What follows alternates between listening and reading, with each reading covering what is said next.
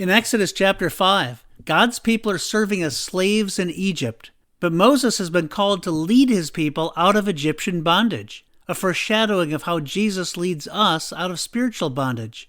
Moses approaches Pharaoh, beginning with a request for a 3-day journey into the desert to offer sacrifices to God. But Pharaoh responds harshly, "You're just trying to get out of your work. Thus you need to work harder, do more. So gather your own straw, and yet still make the same number of bricks." Straw, by the way, is a necessary ingredient in the brick-making process. So things are getting harder for God's people, and the people are getting angry at Moses.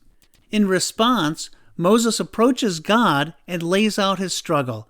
Here's what we see in Exodus chapter 5, verses 22 and 23. So Moses returned to the Lord and said, "Lord, why have you brought trouble on this people? Why is it you have sent me? For since I came to Pharaoh to speak in your name, he has done evil to this people. Neither have you delivered your people at all." So Moses is really upset.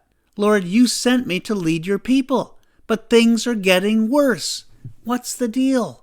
There are 2 insights we'll highlight from this passage. Insight number 1, Moses brings his struggle to God. Instead of throwing in the towel, instead of complaining to others, instead of rebelling against God, Moses returns to God, and he draws closer to the Lord, not more distant. And then insight number 2, before a great work, things often get tougher. Moses and the people of God are taking a step forward with God, a step toward the purposes of God, and things are getting worse for them. Whenever we take a step forward with God, it often gets worse in our lives. After all, the world, the flesh, and the devil do not want us to walk in spiritual freedom or take any steps forward with God into His purposes for us. So when we face struggles like Moses, let's draw closer to God, not farther from Him.